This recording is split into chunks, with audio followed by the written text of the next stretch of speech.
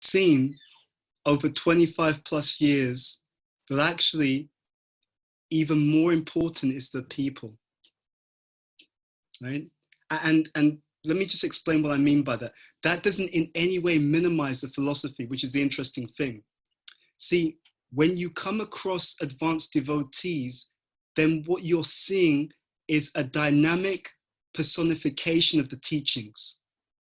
You see? So in their character, in their behavior, and in their dealings, you're actually seeing in a very kind of relatable human form how that philosophy not only is applied in different times, places, and circumstances, but you're seeing what the philosophy does to a person, right? So when you're in the association of a very compassionate, kind person who's able to inspire people, build trust, all that kind of stuff, what you're being exposed to is the effect, and that's even more important in some ways than the philosophy itself. Because what can happen with the philosophy is that we may misinterpret it, we may not know how to apply it according to a particular circumstance, all of those things. So the sadhu, the devotee, is even more important. There's a literature called the Bhakti Tattva Viveka by Bhaktivinoda Thakur. And he asked, this question comes up, what's more important, the acharya or the shastra? And he says of the two things, the acharya is more significant, right? Because the acharya understands the purpose of the teachings and can present that in a dynamic way according to time, place, and circumstance. So it's a living personification of that. It covers more than just the reading, although that's not in any way to minimize the importance of reading and trying to reflect. So that's what I would say. The other thing I would say is that if we do what we can, Krishna will help us to do what we can't. Right? So start with the area of least resistance. Okay, I have trouble digesting the philosophy, but I love the kirtan. Great, go to the kirtan. It's not like you have to kind of beat yourself up because you can't do every single aspect of spiritual life. No, plug in, start somewhere, because it's the same way that we learn anything. We start with something that we can connect with, and it then branches out to other areas as well. Perfect, thank you. So the next question after that is, and this was also a question from Sachinanda Maharaj's session, that how do we know when it's the mind or the super soul that's speaking to us? How can we make that distinction? That's a good question. I remember being at Bhaktivedanta Manor, again, decades ago, and Radhanath Swami was asked the same question. I actually don't remember what he said was the answer. So I'm just going to answer it instead. But so yeah, there is a few things you can think about. Okay, the first thing is, if it's coming from the super soul, it's definitely going to be in line with scripture.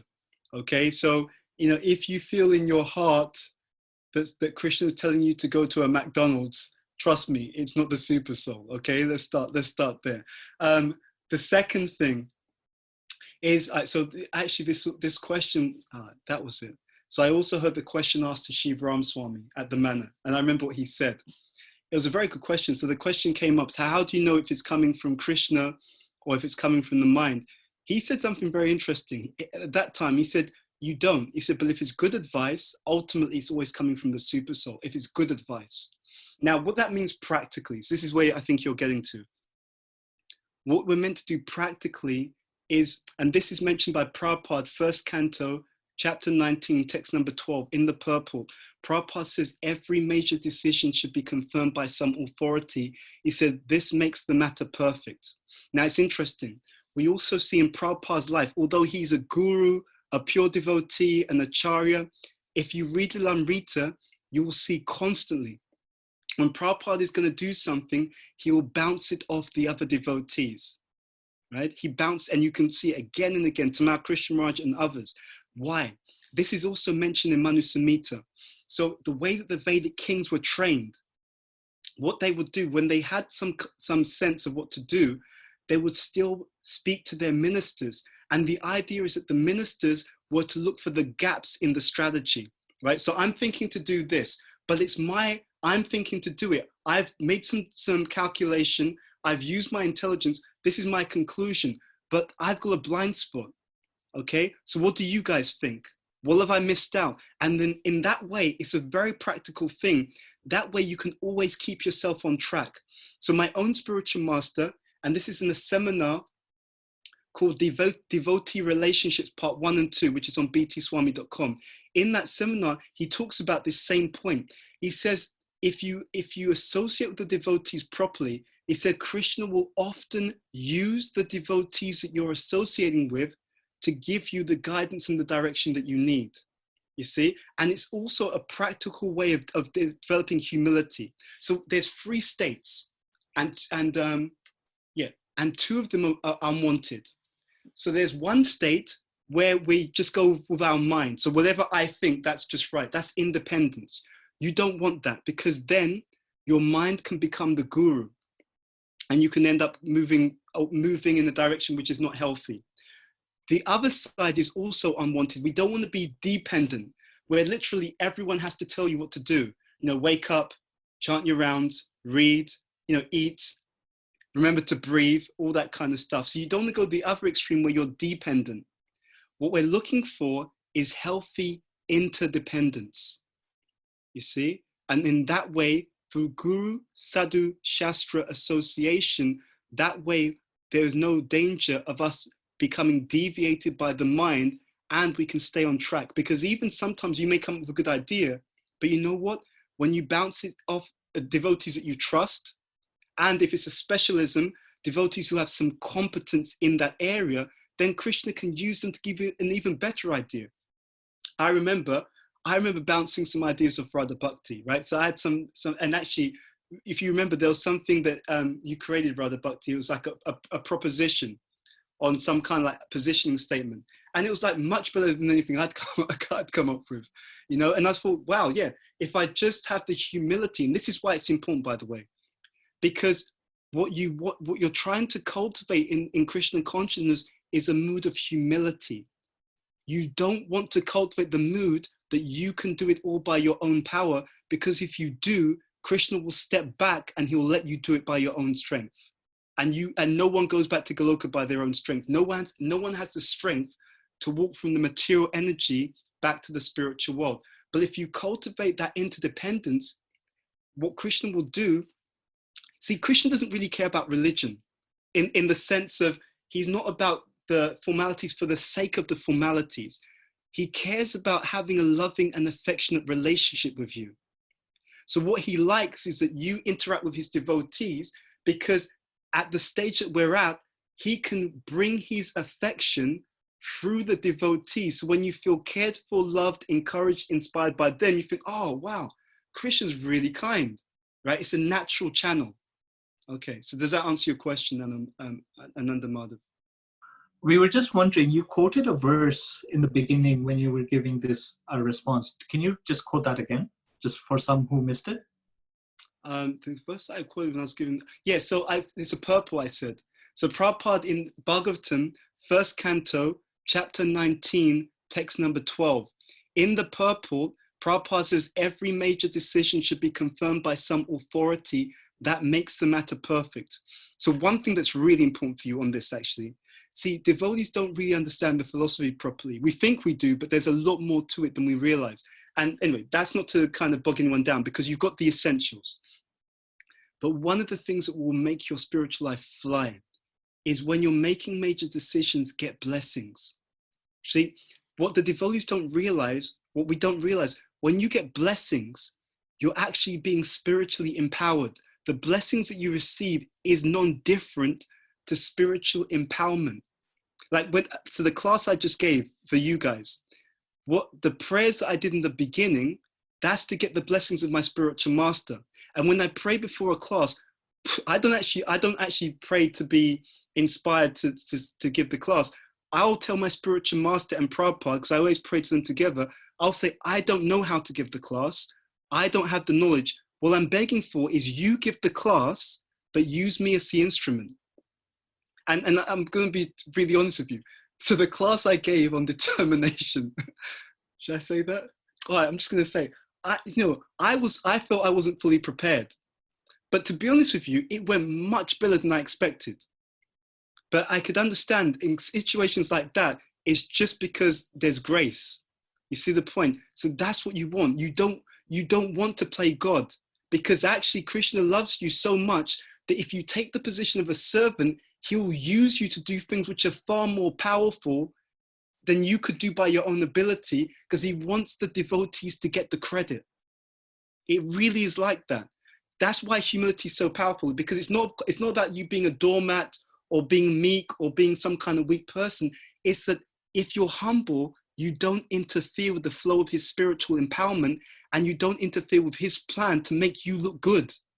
Because that's what he likes to do. That he likes to glorify his devotees. He likes to give them praise. He likes to shower them with affection. He likes to give them gifts. He likes to make them feel loved and appreciated. He's so selfless. We put Krishna in the center, but Krishna, if the person doesn't block it by pride, he likes to put you in the center. It's not a mundane relationship. The more you put him in the center, the more he wants to put you in the center anyway, but if you don't block it by pride, he'll quickly put you in the center, because he likes to serve his devotees. He enjoys serving more than he does enjoy being served. That's the esoteric reason why Krishna came as Lord Chaitanya, because he understood that being the servant of Krishna is actually more ecstatic than being God himself. Okay, next question. So the next question is that how does one deal with faithlessness? It's sort of related, especially in ISKCON, where one is not able to find inspiration at their local center. How does one deal with faithlessness where one is not able to find inspiration, especially in their local center? Okay, so there's something else I've been thinking about a lot, and it's really helped me actually, and I'm going to share it with you, because I'm going to go on inspiration. And I'm going to say, before I share the answer, this may not always feel so emotionally nice, but this is really important to understand. It's so important for all of us to understand. We all get different tests in Krishna consciousness. And the tests that we get in Krishna consciousness are the tests that we need in Krishna consciousness. So I'll be honest, I don't fully accept the premise that's being given. Even if you meet a situation where externally it looks like it's not so inspiring, that means there's still something that you can do. There's still, whether it's reading books of Prabhupada, whether it's going online to hear classes, whether it's becoming the inspirer of other people, whether it's whatever it is, it's not, oh, Krishna's not given me a way to progress, because that never happens, right? That actually never happens. It's rather Krishna's giving you a test. Okay, let's put this one on her. What's she going to do, right? And then what you're meant to do is do the best you can with the situation that you're given. And if you do the best you can with the situation that you're given, I guarantee you'll progress, because there's never a time that Krishna's love, mercy, affection, and encouragement is not available.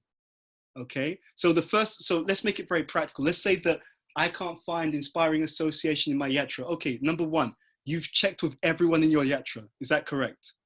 That's question number one. Question number two, you've looked at every single service that's being done and every single service that can be done in your yatra, and none of them are inspiring at all, right? That's the situation. And there's no access to any of the books, any of the classes that you'll find inspiring. You've checked all of them, right? So what I'm saying is, it's about doing the best we can with whatever situation we're in. We all have our own battle of Kurukshetra. And you'll be surprised.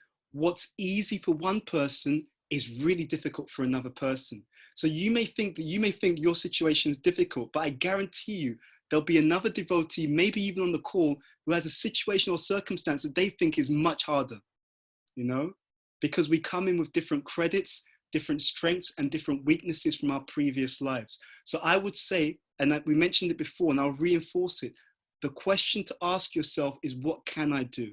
And for this, I feel inspired to share with you this story. So in the concentration camps in Nazi Germany, Many people were being killed. It was an incredibly negative situation. And there was one person who escaped. I mean, there was a few people who escaped, but one person who escaped, and I think he kept some memoirs explaining how he escaped. He said he saw all of his colleagues, all of his peers around him, and they were just struck by fear, which is natural, let's be honest, right? It's a terrible situation to be in. And they were just paralyzed by that sense that we're going to die. And he started to realize, at one point, he said that I realized in my heart I was asking the wrong question. He said they were asking the question, when are we going to be the next people to be called, who are going to be, put into the gas chambers and die? He said, I caught myself asking that question. And when I caught myself asking that question, I realized I'm asking the wrong question. And he started to ask a different question. While all of the people around him were asking, when will I be next? The question he asked himself is, how am I going to escape? How can I get out? And then what happened is, because he started asking that question, a different question, it changed the way he started thinking about this situation. It reframed it. Now, what he noticed was that, when people were killed, then you'd have these mountains of dead bodies. So one evening, when he wasn't being watched, he stripped off all of his clothes and he laid on top of all the other dead bodies, pretending to be dead. So what happened was, when they moved the bodies, that basically became his opportunity to escape. And obviously, it's a very dire situation, but I want to focus you in on the principle. Yep, our lives are defined by the questions that we ask ourselves. Right? So most people, okay, so why is this happening to me? Okay, that's one question, but it's not so empowering. Maybe a more empowering question will be, what can I learn from this? What is Krishna trying to teach me from this situation? How can I use this opportunity to move forward in life and to be more inspired? What can I do with the situation that I'm in? So I really want to encourage that empowering mindset. That mindset of empowerment. So the question is, with the situation that I'm in, what's the practical things that I can do to get as much inspiration as possible? And even if you get a little bit, start with that, and it will then become more and more and more.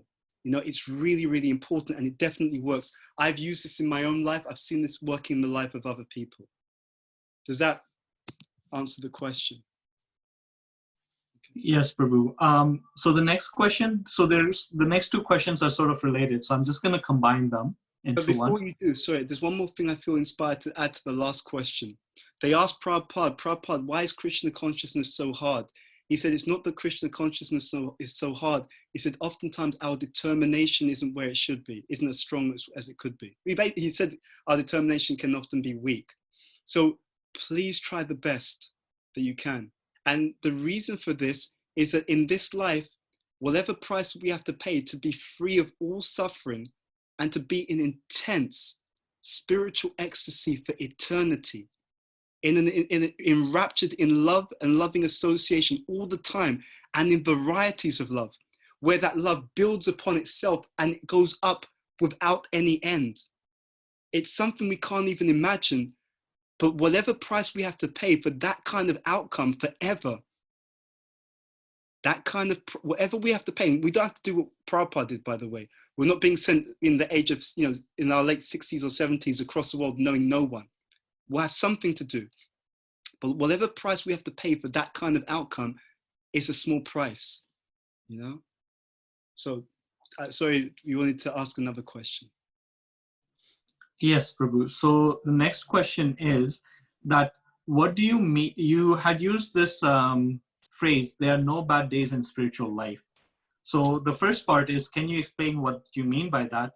Because some days it does feel that there's so many obstacles in our spiritual life, even when we try so hard. It is hard to remember that there are no bad days in spiritual life. Absolutely. So it's all around how we frame something. And this is why I'm often encouraging the devotees, see, your enthusiasm and your determination is shaped by the way you perceive the world. And the way you perceive the world is actually shaped by the knowledge that you actually have. So there's a story of one village, and there was a family, and husband, wife, son, and one day the horse in that family ran away and disappeared, and all the villagers said, oh, I'm really, it's just bad luck, your horse has just run away. And the husband of the family said, good luck, bad luck, who knows. The next day that horse came back with another horse, so he had two horses, right? So people realized, oh, okay, he was right. Then another time, his son, so the man's son, was actually trying to mount the horse, and the horse kicked that son, and the son was knocked out and he had to rest and so on. And all the villagers said to the man, oh, again, just really bad luck, and he said, good luck, bad luck, who knows. Later on that same day, the entire village it was announced by the king of the village that the village are going to war, and they wanted the sons of all the families to actually be fighting on the front line. But because that son had had that incident, that son was spared. So the point is that we judge things oftentimes based upon a very limited perspective.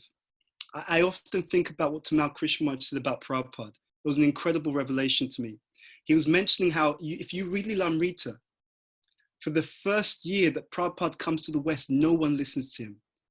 Now, I just want you to get the full gravity of this. This is a Nitya Siddha coming from the spiritual world. It's not like someone who's trying to be Krishna conscious. He's from the spiritual world. Prabhupada remembered having a conversation with Krishna. Prabhupada spoke about this. He told one of his disciples, I was in the spiritual world with Krishna.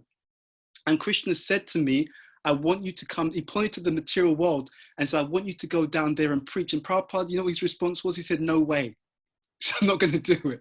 And Krishna said, look, I want you to go. He said, I'll bring my books with you and I'll let you live in nice places. And Prabhupada says, so therefore I came. When Prabhupada, even before coming to the West, if you read Lilamrita, he's preaching in India.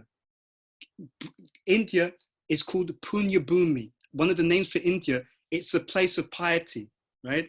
In India, they didn't listen to him, right? They wanted to be like the Westerners. One of the things he realized is that if I go to get the Westerners, then when I bring the Westerners back to India, everyone's like, wow, oh my God, they're taken to our religion, and then they'll pay attention. So he wasn't listened to in India. He came to the West first year, no one listened to him. In fact, if you read Lilamrita, he actually writes, it's mentioned in there, he would go back to the docks thinking this is a failed mission. He was thinking, I need to go back to India.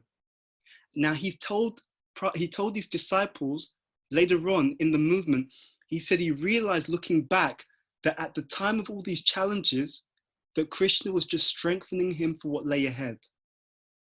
So this is what I mean by perspective.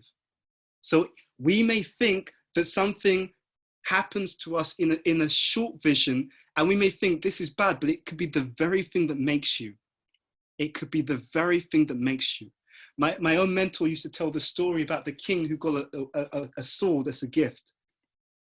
So the king was cleaning his sword. It was a very valuable sword made of precious metals and precious jewels. The king cuts himself when he's cleaning the sword. So the king calls for his advisor and he says, my advisor, what do you think about this? And the advisor says, my dear king, this is Krishna's mercy. The king gets angry, like, what are you talking about? Tell me again what you said. And the advisor said, my dear king, this is Krishna's mercy. And the king got so angry, he said, you're just saying that because you're not in pain. You're not bleeding. You've not cut your finger.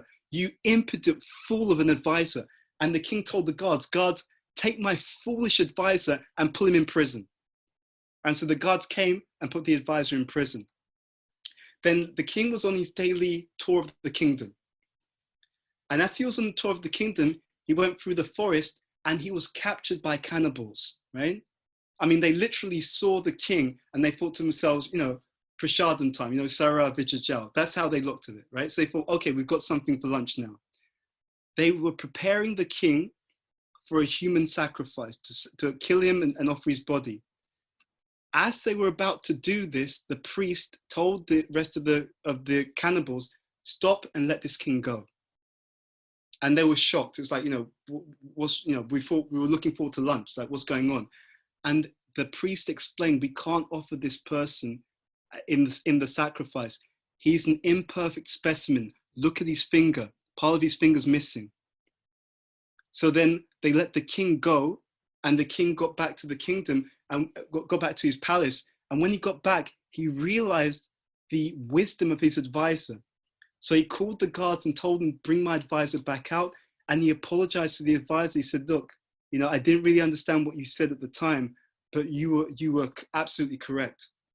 And then the king explained, I went to my daily tour of the forest. In the forest, or my tour of the kingdom, I went through the forest. I was captured, they were going to kill me, but because I'd cut my finger, I was spared. Now the king asked the advisor one last question. He said, so therefore I understand how when I cut my finger, it was Krishna's mercy, you were right. But the king said, there's one thing I don't understand though. He said, when you told me, I got angry and I had you thrown in prison. So I understand how cutting my finger was Krishna's mercy on me, but having you thrown in prison, I don't understand how that was Krishna's mercy in relation to you. And the advisor said, my dear king, he said, normally when you go on your tour of the kingdom, normally I accompany you. So actually, what would have happened if I had gone with you on that day, they would have spared you and they would have taken me and killed me instead. So when you cut your finger, that was Krishna's mercy upon you. And when you got angry with me and had me thrown in prison, that was also Krishna's mercy upon me. So this is often how things work. What you think may be your greatest challenge or difficulty, it could actually be the thing that will make you. Okay. Any other questions or comments? I think right now we are going to continue the questions tomorrow, because we want to also take a break before we start the session with Vaisheshika Prabhu. Mm-hmm. So yeah, so the next session starts in about, I think Vaisheshika Prabhu starts in about 20 minutes. We are again, sorry, we did not expect this to happen, so please excuse the inconvenience. But thank you so much, Bhuta Bhavana Prabhu, for sticking around. And it's a pleasure. Yeah. So we'll break and then we'll resume in about 25-30 minutes. And we'll use the same. Go ahead. No, you're bad. And we'll use the same link. So please come back onto this link in 25 minutes and we'll see you then. Thanks, everybody. Yeah, and like it's 11 p.m. in